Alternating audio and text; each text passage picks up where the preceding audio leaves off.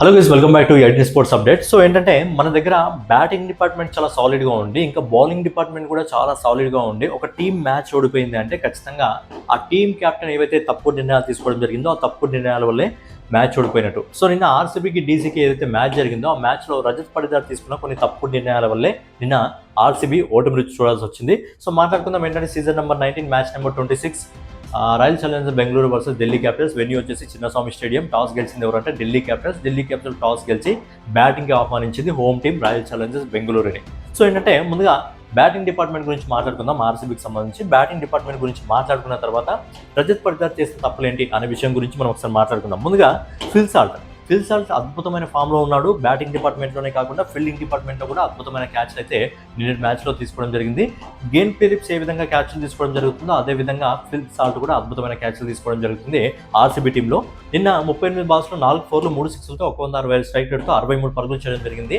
ఏ రోజైతే సాల్ట్ని పక్కన పెట్టి బెత్తల్ని తీసుకోవాలని చెప్పి ఆ న్యూస్ బాగా బయటకు వచ్చిందో అప్పటి నుంచి సాల్ట్ వేరే రేంజ్లో ఆడుతున్నాడు అనుకోండి. సో అద్భుతమైన ఫామ్లో అయితే ఉన్నాడు. అలాగే విరాట్ కోహ్లీ 19 పరుగులు చేయడం జరిగింది. వీళ్ళిద్దరు కలిసి పవర్ ప్లే ఎండ్ అయిపోయేసరికి మొదటి 6 ఓవర్లో ఫిల్ సాల్ట్ వికెట్ లాస్ట్ పడింది అనుకోండి. బట్ ఏంటంటే పవర్ ప్లేలో ఆల్మోస్ట్ వీళ్ళిద్దరు కలిసి 59 పరుగులు చేయడం జరిగింది. సో పవర్ ప్లేలో 59 పరుగులు అంటే చిన్నస్వామి స్టేడియం కాబట్టి ఈజీగా 200 పైగా స్కోర్ ఉంచాలి. బట్ ఏంటంటే మిడిల్ ఆర్డర్లో అందరూ కూడా చేతులు ఎత్తేయడం జరిగింది. సో ఏంటంటే ఫిల్ సాల్ట్ 63 పరుగులు చేయడం జరిగింది. విరాట్ కోహ్లీ 19 పరుగులకే వెందిరగడం జరిగింది. దేవదత్ పడికల్ 18 పరుగులకే వెందిరగడం జరిగింది. అలాగే రజత్ పడిదార్ 8 పరుగులు చేయడం జరిగింది. బట్ రజత్ పడిదార్ ఏంటంటే ప్రతి మ్యాచ్లో కూడా కన్సిస్టెంట్గా పర్ఫార్మెన్స్ చేయడం జరుగుతుంది. బట్ నిన్న మ్యాచ్లో చేతులు ఎత్తేయడం జరిగింది. అలాగే టిమ్ డేవిడ్ వచ్చేసి 26 పరుగులు చేయడం జరిగింది. అండ్ ఏంటంటే టిమ్ డేవిడ్ చాలా ఫాస్ట్గా 1000 రన్స్ని అందుకున్న సెకండ్ ప్లేయర్ అనుకుంటా ఆర్సీబీలో. చాలా ఫాస్ట్గా సెకండ్ ప్లేయర్ 1000 రన్స్ అందుకోవడం జరిగింది. నెక్స్ట్ వచ్చేసి జితేష్ శర్మ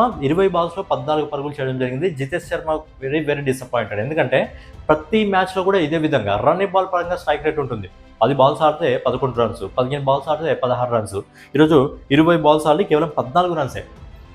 సో ఓన్లీ 14 రన్సే. సో ఏంటంటే జితేష్ శర్మ స్ట్రైక్ రేట్ ఎక్కడో బాగుంటలేదు. సో ఏంటంటే జితేష్ శర్మని ఒక 2 మ్యాచ్లు పక్కన పెట్టి డకౌట్లో ఉన్న వెంకటేష్ అయ్యర్కి అవకాశాలు ఇస్తే బాగుంటుంది. సో ఏంటంటే వెంకటేష్ అయ్యర్ ఇంపాక్ట్ ప్లేయర్గా వచ్చి ఒక మ్యాచ్లో అద్భుతంగా స్కోర్ చేయడం జరిగింది. సో ఏంటంటే వెంకటేష్ అయ్యర్కి కూడా కొన్ని అవకాశాలు ఇస్తే బాగుంటుంది. ఎందుకంటే డబ్బులు పెట్టి తీసుకున్నప్పుడు వెంకటేష్ అయ్యర్కి కూడా కొన్ని అవకాశాలు ఇవ్వాలి. క్రూషియల్ స్టేజ్లో వెంకటేష్ అయ్యర్ కూడా పర్ఫార్మెన్స్ ఎలా చేస్తాడని మనకు తెలియాలి కదా. మరి జితేష్ శర్మ కీపింగ్ చేస్తాడు. సో ఈరోజు సమీర్ రిజ్వీ వికెట్ అద్భుతంగా తీసుకోవడం జరిగింది. కీపింగ్ చేస్తాడు. మరి వెంకటేష్ అయ్యర్ కీపింగ్ చేస్తాడు అంటే చేయడు. బట్ ఫిల్ సాల్ట్ ఉన్నాడు కదా, ఫిల్ సాల్ట్ కీపింగ్ చేసేస్తాడు. సో ఏంటంటే వెంకటేష్ అయ్యర్ కూడా ఒక 2-3 అవకాశాలు ఇస్తే బాగుంటుంది అని చెప్పి పర్సనల్గా నా ఒపీనియన్. మరి మీ ఒపీనియన్ ఏంటి? జితేష్ శర్మతోనే కంటిన్యూ చేయాలా లేకపోతే వెంకటేష్ అయ్యర్కి ఏమైనా అవకాశాలు ఇస్తే బాగుంటుందా అనేది మీ ఒపీనియన్ కామెంట్ రూపంలో తెలియజేయండి. నెక్స్ట్ వచ్చేసి రోమాన్ షెఫర్డ్ కేవలం 1 పరుగే, పెద్దగా ఫామ్లో లేడు. కృణాల్ పాండ్యా 12 పరుగులు, ఇక భువనేశ్వర్ కుమార్ 3 పరుగులు. ఓవరాల్గా 8 వికెట్లు నష్టపోయి 20 ఓవర్లలో 175 పరుగులు మాత్రమే చేయగలిగింది. సో ఏంటంటే ఇక్కడ ఎక్కడ దెబ్బ పడిందంటే పవర్ ప్లేలో అద్భుతమైన స్కోర్ రావడం జరిగింది. 59 పరుగులు రావడం జరిగింది. తర్వాత మిడిల్ ఆర్డర్లో కూడా మంచి స్కోర్ వచ్చింది. బట్ ఏవైతే లాస్ట్ 5 ఓవర్లు మెయిన్గా డెత్ ఓవర్ ఏదైతే ఉందో లాస్ట్ 4 ఓవర్లలో కేవలం 27 పరుగులు మాత్రమే చేయగలిగింది ఆర్సీబీ టీం. కేవలం 27 పరుగులు మాత్రమే చేయడం జరిగింది. అక్కడే సగం మ్యాచ్ మన చేతిలోంచి ఎగిరిపోయింది. చిన్నస్వామి స్టేడియంలో ఆడుతున్నామంటే మినిమం ఒక 200 స్కోర్ గ్యారంటీ స్కోర్ అది. సో ఏంటంటే ఆ పీచ్ బిహేవ్ చేసిన విధానాన్ని బట్టి వికెట్లు పటాపటా పడిపోవడం జరిగింది. చాలా తక్కువ స్కోర్ రావడం జరిగింది. అండ్ పవర్ ప్లేలో మంచి స్కోర్ వచ్చినప్పటికీ, మిడిల్ ఆర్డర్లో మంచి స్కోర్ వచ్చినప్పటికీ లాస్ట్ డెత్ ఓవర్లు అయితే ఉన్నాయో డెత్ ఓవర్లో కేవలం 27 పరుగులు మాత్రమే రావడం జరిగింది. అక్కడే సగం దెబ్బ కొట్టింది అనుకోవచ్చు. సో అంత మంచి బ్యాటింగ్ లైనప్ ఉంది ఈ సీజన్లో. నాకు తెలిసి ఏ టీంకి లేని బ్యాటింగ్ లైనప్, చాలా డెప్త్ బ్యాటింగ్ లైనప్ ఆర్సీబీ టీంకి ఉంది. అయినప్పటికీ కూడా అంత బ్యాటింగ్ లైనప్ ఉండి కూడా లాస్ట్ 4 ఓవర్లలో కేవలం 27 పరుగులు మాత్రమే చేయడం జరిగిందంటే ఖచ్చితంగా బ్యాట్స్మెన్ ఎక్కడ తడబడ్డారు అని చెప్పి చెప్పుకోవచ్చు. ఇక మనం ఢిల్లీ బౌలింగ్ డిపార్ట్మెంట్ గురించి మాట్లాడుకున్నట్టయితే ముఖేష్ కుమార్ 1 వికెట్ తీసుకోవడం జరిగింది. లుంగి అండి అద్భుతంగా ప్రతి మ్యాచ్లో కూడా అద్భుతంగా వికెట్ తీసుకోవడం జరుగుతుంది. నిన్న 2 వికెట్లు తీసుకోవడం జరిగింది.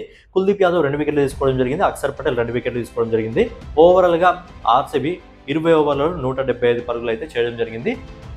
ఇక 175 పరుగుల లక్ష్యంతో బరిలోకి దిగిన ఢిల్లీ క్యాపిటల్స్ని మొదట్లోనే చుక్కలు చూయించాడు భువనేశ్వర్ కుమార్. ఏకంగా పవర్ ప్లేలో 2 ఓవర్లు వేసి 3 వికెట్లు తీసుకోవడం జరిగింది. మనకు సమీర్ రిజ్వీ వికెట్ తీసుకోవడం జరిగింది, కరుణ్ నాయర్ వికెట్ తీసుకోవడం జరిగింది, అలాగే నిస్సంక వికెట్ తీసుకోవడం జరిగింది. అలా 3 వికెట్లు తీసుకున్నప్పుడు రజత్ పడిదార్ ఇక్కడ చేసిన తప్పు ఏంటంటే పవర్ ప్లేలోనే Bhuvneshwar Kumar old is gold అని చెప్పుకోవచ్చు. నిజంగా ఓల్డ్ ఈజ్ గోల్డ్ అంటాం కదా. అద్భుతంగా 3 వికెట్లు తీసుకున్నప్పుడు పవర్ ప్లేలో 2 ఓవర్లు వేసి ఇంకొక ఓవర్ ఇస్తే అయిపోయేది కదా. అక్కడే కేఎల్ రాహుల్ కానీ ఇంకా స్టబ్స్ వికెట్ కానీ పడితే అక్కడే ఇంకొంచెం మ్యాచ్ మ్యాచ్ పూర్తిగా ఆర్సీబీ చేతిలో పడేది, ఖచ్చితంగా ఆర్సీబీ చేతిలో పడేది. సో ఏంటంటే మంచి ఫామ్లో ఉన్న బౌలర్కి ఆ టైంలో ఇంకొక ఓవర్ ఇస్తే సరిపోయేది. ఆల్రెడీ 3 వికెట్లు తీసుకున్నాడు, 2 ఓవర్లు వేసి ఇంకొక ఓవర్ ఇస్తే ఖచ్చితంగా ఇంకొక వికెట్ పడితే అక్కడే సగం మ్యాచ్ అయిపోయేది. బట్ ఏంటంటే రజత్ పటిదార్ అక్కడ మిస్టేక్ చేయడం జరిగింది, భువనేశ్వర్ కుమార్కి ఇంకో ఓవర్ ఇవ్వలేదు. ఇక మనం బ్యాటింగ్ డిపార్ట్మెంట్ గురించి మాట్లాడుకున్నట్లయితే నిస్సంకాని భువనేశ్వర్ కుమార్ 1 రన్కి వెనుదిరిగేలా చేయడం జరిగింది. అలాగే కరుణ్ నాయర్ని కూడా 5 పరుగులకి వెనుదిరిగేలా చేయడం జరిగింది. సమీర్ రిజ్వేన్ కూడా 2 పరుగులకే భువనేశ్వర్ కుమార్ కీపర్ క్యాచ్ ఇచ్చి అవుట్ అయ్యేలా చేయడం జరిగింది. ఓవరాల్గా పవర్ ప్లేలోనే 3 బ్యాట్స్మెన్స్ని పెవిలియన్ పంపించేశాడు. ఇక మన బర్త్డే బాయ్ కేఎల్ రాహుల్ నిన్న అద్భుతంగా ఫామ్ చూపించడం జరిగింది. లాస్ట్ సీజన్లో ఇదే ఆర్సీబీ టీం మీద చిన్నస్వామి స్టేడియంలో ఆ మ్యాచ్ని గెలిపించి కాంతార సెలబ్రేషన్ చేయడం జరిగింది. మరి ఈసారి కూడా బర్త్డే బాయ్ సెలబ్రేషన్ చూస్తాం అనుకున్నాం, బట్ ఎండ్ వరకు లేడు. బట్ హాఫ్ సెంచరీ అయితే కంప్లీట్ చేసుకోవడం జరిగింది. 34 బాల్స్లో 6 4లు 2 6లతో 168 స్ట్రైక్ రేట్తో 57 పరుగులు చేయడం జరిగింది. సో క్లాసిక్ రాహుల్ అద్భుతంగా ఆడడం జరిగింది. నెక్స్ట్ వచ్చేసి అక్షర్ పటేల్ 26 పరుగులు చేయడం జరిగింది. అండ్ 26 పరుగుల తర్వాత మనడు ఇంజురీ వల్ల బయటికి వెళ్ళిపోవడం జరిగింది. అండ్ అక్కడ అక్షర్ పటేల్ కొద్దిగా స్మార్ట్ మూవ్ కూడా ప్లే చేశాడని చెప్పుకోవచ్చు. మరి నిజంగా ఇంజురీ అయ్యుండొచ్చు, బట్ వెళ్ళిపోవచ్చు. బట్ అక్కడ అక్షర్ పటేల్ ఉంటే మ్యాచ్ అక్కడి వరకు వెళ్ళేదో కాలేదో, ఎందుకంటే స్టబ్స్ అప్పటిదాకా బాగా అద్భుతంగా ఆడుతున్నాడు. మనం స్టబ్స్ గురించి మాట్లాడుకున్నట్టయితే 47 బాల్స్లో 4 4లు 1 6తో 128 స్ట్రైక్ రేట్తో 60 పరుగులు చేశాడు. బట్ ఏంటంటే యార్కర్ వేసినప్పుడు స్టబ్స్ బాగా ఇబ్బంది పడ్డాడు. యార్కర్ వేసినప్పుడు స్టబ్స్ ఇబ్బంది పడుతున్నాడు, చాలా స్ట్రగుల్ అవుతూ ఆడడం జరిగింది. నాట్అవుట్గా ఉండి 60 పరుగులు చేసినప్పటికీ కూడా యార్కర్ వేస్తే ఖచ్చితంగా ఇబ్బంది పడడం జరిగింది.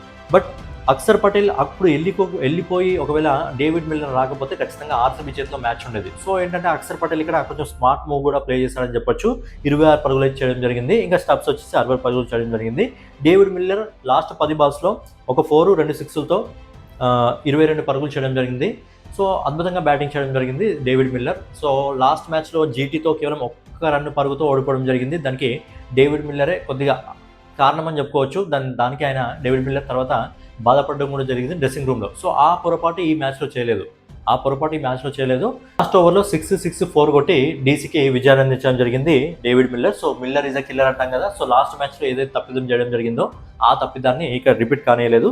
19.5 ఓవర్లలో డీసీ టీం 4 వికెట్లు నష్టపోయి 179 పరుగులు చేసి విజయాన్ని అయితే నమోదు చేసుకోవడం జరిగింది. సో ఇక్కడ రజత్ పటిదార్ చేసిన తప్పు ఏంటంటే లాస్ట్ ఓవర్ ఏంటంటే షెఫర్డ్కి ఇవ్వడం. షెఫర్డ్కి ఇచ్చినప్పుడే 90% ఆల్మోస్ట్ నాకు తెలిసి అందరికి కన్ఫర్మ్ అయిపోయింది ఏంటంటే మ్యాచ్ పోయింది అని చెప్పి.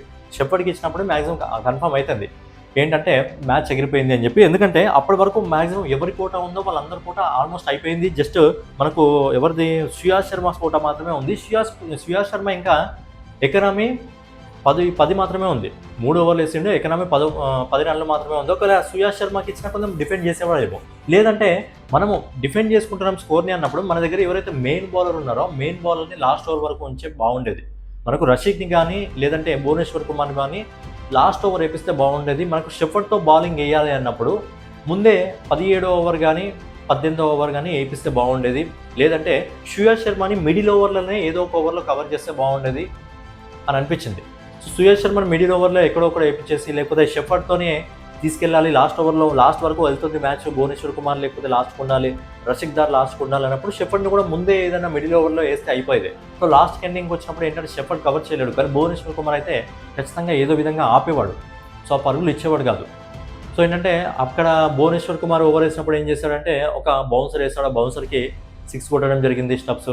ఆ తర్వాత మనకు ఎండింగ్లో షెఫర్డ్ ఏంటంటే డైరెక్ట్గా ఫుల్ టస్ బాల్ ఇవ్వడం జరిగింది. ఫుల్ టస్ బాల్కి 6 కొట్టేశాడు డేవిడ్ మిల్లర్.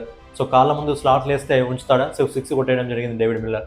సో ఆ విధంగా ఏంటంటే ఇక్కడ రజత్ పటిదార్ తీసుకున్న ఒక తప్పు నిర్ణయం వల్ల బేసిక్గా మ్యాచ్ అయితే చేతిలోంచి జారిపోయిందని చెప్పొచ్చు. సో ఏంటంటే షెఫర్డ్ని ముందే ఏదైనా మిడిల్ ఓవర్లో వేస్తే బాగుండేది. అలాగే ఒకవేళ షెఫర్డ్ని కాకుండా సుయాష్ శర్మతోనే వేయించాలంటే సుయాష్ శర్మని ఆ ఒక్క ఓవర్ ఏదైతే ఉందో అది మిడిల్ ఓవర్లో వేస్తే ఖచ్చితంగా ఎండింగ్లో భువనేశ్వర్ కుమార్ వేస్తే ఖచ్చితంగా కవర్ చేసేవాడు. బట్ ఏంటంటే రజత్ పటిదార్ కొంచెం నిన్న క్యాప్టెన్సీలో కొన్ని తప్పు నిర్ణయాలు అయితే తీసుకోవడం జరిగింది. సో ఆ తప్పు నిర్ణయాల వల్ల నిన్న ఓవరాల్గా ఏంటంటే మ్యాచ్ అయితే మన ఆర్సీబీ చేతిలోంచి జారిపోవడం జరిగింది. అయినప్పటికీ ఆర్సీబీ ఇప్పుడు 6 మ్యాచ్ల్లో 4 మ్యాచ్లు గెలిచి 8 పాయింట్లతో నెంబర్ 2 పొజిషన్లో ఉంది. ఐసీ వచ్చేసి 5 మ్యాచ్ల్లో 3 మ్యాచ్లు గెలిచి 6 పాయింట్లతో ఇప్పుడు 5వ స్థానంలో ఉంది. ఓవరాల్గా ఏంటంటే ఆర్సీబీ ఈ సీజన్లో నాకు తెలిసి ఆర్సీబీకి ఉన్నంత బౌలింగ్ ఇంకా బ్యాటింగ్ డెప్త్ అనేది మిగతా ఏ టీంకు లేదు. అయినప్పటికీ కూడా నిన్న మ్యాచ్ ఓడిపోయింది అంటే ఎక్కడ మనం తప్పుడు నిర్ణయాలు తీసుకున్నాం అనేది ఒకసారి వాళ్ళే గమనించుకోవాలి. అండ్ వెంకటేష్ అయ్యర్ కూడా కొన్ని అవకాశాలు ఇస్తే బాగుంటుంది అని చెప్పి పర్సనల్గా నా ఒపీనియన్. మరి వెంకటేష్ అయ్యర్, జితేష్ శర్మ వీళ్ళిద్దరిలో ఎవరు ఉంటే బాగుంటుంది అనేది మీ ఒపీనియన్ కామెంట్ రూపంలో తెలియజేయండి. అలాగే ఆర్సీబీ ఓడిపోవడానికి ప్రధాన కారణమేని మీరు అనుకుంటున్నారు అనేది మీ ఒపీనియన్ కామెంట్ రూపంలో తెలియజేయండి. ఫైనల్గా ఏదైనా వీడియో మీకు నచ్చినట్లయితే ఖచ్చితంగా లైక్ చేసి, కామెంట్ చేసి, సబ్స్క్రైబ్ చేసుకొని డైలీ ఐపీఎల్ వీడియోస్ కోసం మన 18 స్పోర్ట్స్ అప్డేట్ ఛానల్ ఫాలో అవుతుండండి. నెక్స్ట్ వీడియోలో మళ్ళీ కలుసుకుందాం. జై హింద్, జై భారత్, నమస్తే.